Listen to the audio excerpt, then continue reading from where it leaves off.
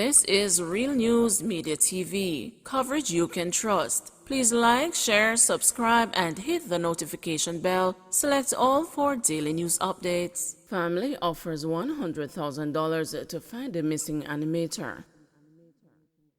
The family of Troy Craddock is offering a $100,000 reward to anyone with information leading to his safe return home. Craddock, an animator from Upper Mall Road in Kingston 11, has been missing for 2 weeks, and his family is desperate to find him. His grandmother is very sick, and she is old, and he's her favorite grandchild. We just need some kind of information to let us know where he is. We're willing to give a reward based on that, a family member shared with the news. The relative said Craddock left home to meet with someone carrying only his laptop. His 19-year-old daughter was the last person to see him before he went missing, and according to the relative, she is very distraught. Senior Superintendent of Police Kirk Ricketts, the commanding officer for the St. Andrews South Division, could not provide a comment on the investigation up to press time. Meanwhile, his relative, who describes a 37-year-old Craddock as a loner, is puzzled at his disappearance. He was just trying to push his career forward with music and animation. He just started his YouTube channel and all of that stuff, the relative shared. Tyler murdered in midday. A man was shot and killed at a garage and a car wash along River Bay Road in Montego Bay, St. James yesterday afternoon. He has been identified as 30-year-old Robert Young, otherwise called Andre, a Tyler of New Ramble in Bogue, St. James. Reports are that about 12:45 p.m., Young drove a gray Toyota Corolla motorcar to the 777 car wash and garage to see his mechanic. While at the location, he was attacked and shot by a lone gunman who reportedly ran from the scene and escaped in a waiting motor car. The police were summoned and found Young lying in a pool of blood with multiple gunshot wounds. He died on the spot. Finally buried after 21 months. 1 year and 9 months after he died in the University Hospital of the West Indies on December 4, 2020, Daniel Palmer was finally laid to rest on Friday, September 23, 2022. Daughter Nalika Palmer told the news that while the family was relieved to be able to finally bury him, the delay had taken significant emotional and financial toll on the grieving relatives who are still hurting. The family of the 77-year-old man had been unable to retrieve the body after it was embalmed in error, with his children contending that this was deliberately orchestrated by the UHWI to hide the true cause of Palmer's death. According to the hospital records, Palmer was admitted to the hospital with an injured little toe, which was infected with gangrene. He died after 11 days. Relatives contracted Dr. Jeff Ford to conduct a private autopsy.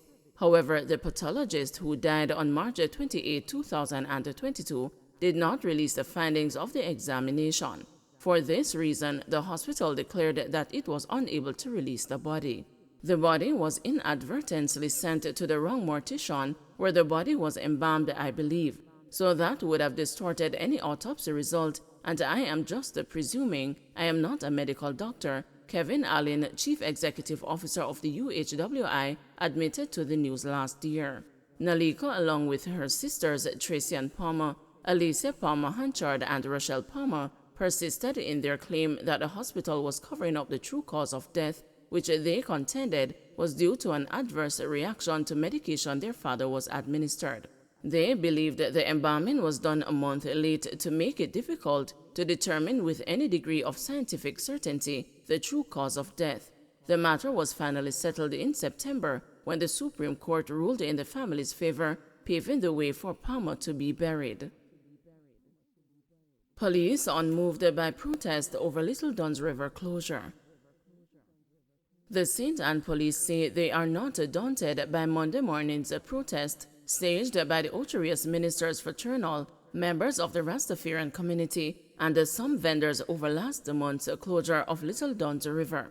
Be careful of some of the demonstrations you try to push, because if criminal elements can feel that they are so empowered that they can cause demonstrations to happen at any time, then all our citizens will suffer right across. Not only just Ocherius, but right across the island, acting head of the St. Anne Police Superintendent David White cautioned on Monday. The location, which is operated by the Urban Development Corporation, was ordered closed to facilitate investigations into the killing of Rasheen Housen, who was slain nearby on August 1. White said a suspect in Housen's killing was pulled from among Monday's protesters. "We'll continue to give support to the owners of the property so that they can develop that property and hand it over to reputable persons to operate the property," he said. The protesters called for the reopening of the venue, saying they are concerned about the impact its closure is having on the community and the residents who depend on it to earn a living. There are also fears that the closure is a precursor to the venue being privatized.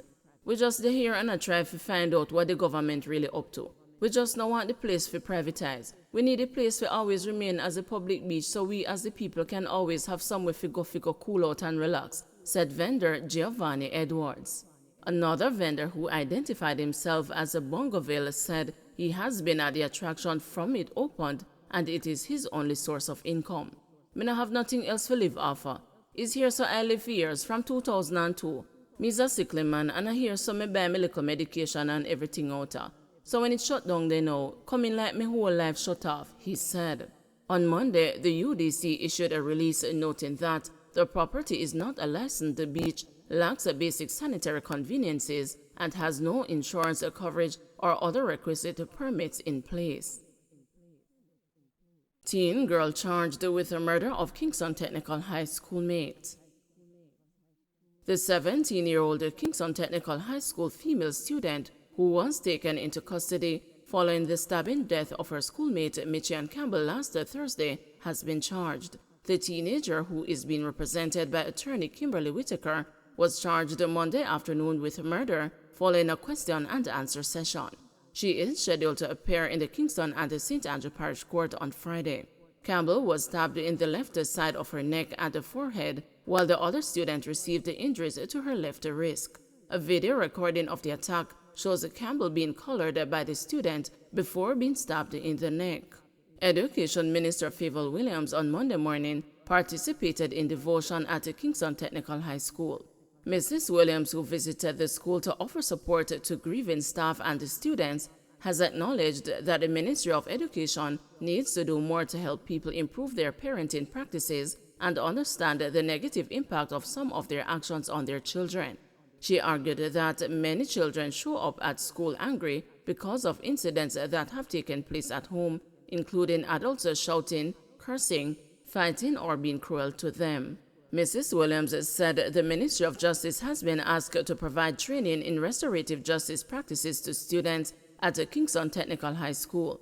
This, she said, will equip them with conflict resolution tools to be used at school or that they can take back into their homes and help to teach their parents how to interact better with them. No clues to Western Union robberies. The St. Mary police are still searching for clues which could lead them to the thieves who stole a vault from the Western Union outlet in Highgate in the parish on Wednesday night.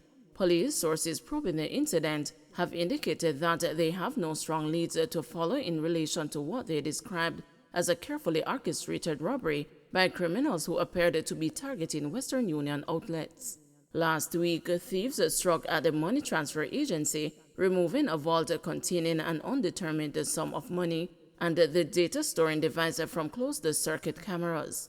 The police also said that less than 24 hours after the heist at Highgate, they were again summoned to a similar robbery at Guyshill in the parish, where thieves allegedly stole a vault containing a substantial amount of cash. A spate of robberies have been taking place in the northeastern parish for almost 4 months, with thieves breaking into a Western Union outlet in Annotto Bay less than 3 weeks ago. In June, a vault containing more than $7 million was also stolen from the Western Union outlet in Aracabessa, St. Mary. One senior police source who requested anonymity said that the frequent robberies have posed a serious challenge for them. Efforts to speak with the commanding officer for St. Mary, Bobette Morgan Simpson, were unsuccessful as her phone went unanswered. Don't forget to like, share, subscribe, and hit the notification bell. Select all for daily news updates.